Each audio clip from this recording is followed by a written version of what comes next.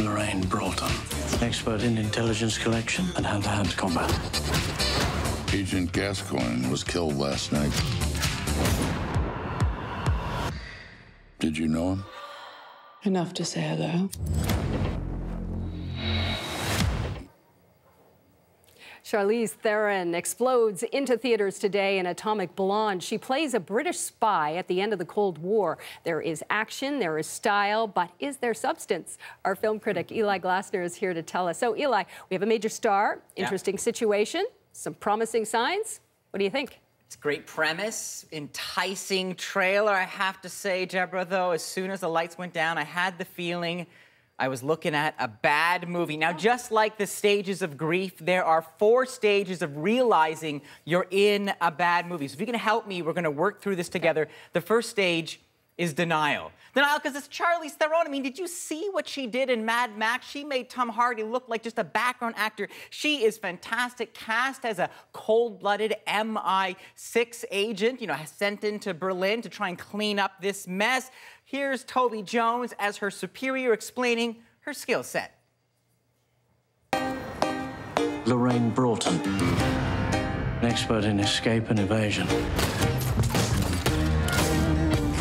Proficient in intelligence collection. Let's cut the crap, shall we? And hand-to-hand combat. All right, so she can certainly hold her own. Some snazzy cinematography, and she's sent in to try and clean up the situation. It's Berlin, 1989. The wall is crumbling. An agent has been killed, and there's something she has to do. Okay, it sounds like it still has potential to me, but the next stage in the bad movie cycle is anger. Anger, Anything set you off there? Oh, yeah. So here's the thing. She's sent into Berlin to try and get a critical list of secret agents that have been exposed. And the code name for this is The List. I mean, how many screenwriters did it take to come up with that? And then there's the whole balance of the music versus the mayhem. It feels like this story is just servicing the soundtrack. I'm going to show you a couple combat scenes, and you'll get a sense of what I mean. We're going to start with a car scene and a little bit of Major Tom. There you go, backbeat and some blows. Now, if that's not your style, maybe something a little smoother. Let's try, yes, some George Michael.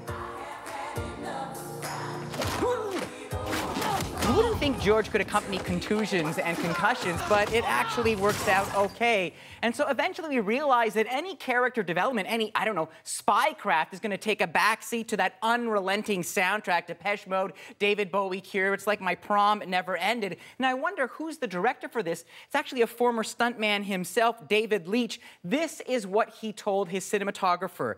Hey, cool overrides anything. So this really is style over substance. Yes, Atomic Blonde has more neon than Las Vegas, and Lorraine is running around in these amazing 80s-licious outfits that Joan Collins would love to own, but there's nothing underneath. He's so dazzled by the exterior that he's forgotten to tell us, you know, what makes her tick. Okay, that was clearly the anger stage. Let's move on to bargaining. Eli, is there anything redeeming about this? There is. And, you know, now we're in that point, and I'm sure you've been in a movie theater where you realize you've committed the time, you've paid for the babysitter, you're trying to make the best of a bad situation. And so here I focused on the fight scenes, because if you just want action and adrenaline, Atomic Blonde is spectacular on that account. Charlize Theron is actually a trained dancer, and she can, you know, handle the choreography. She insisted on doing as many stunts as possible, and that is often her doing those sequences. And you can tell, you can not only tell, you can feel it. Every blow, every, you know, kind of body check, jumping off buildings and more. And so she really throws herself into her work, to say the least. Okay, let's get to the final stage here. Acceptance.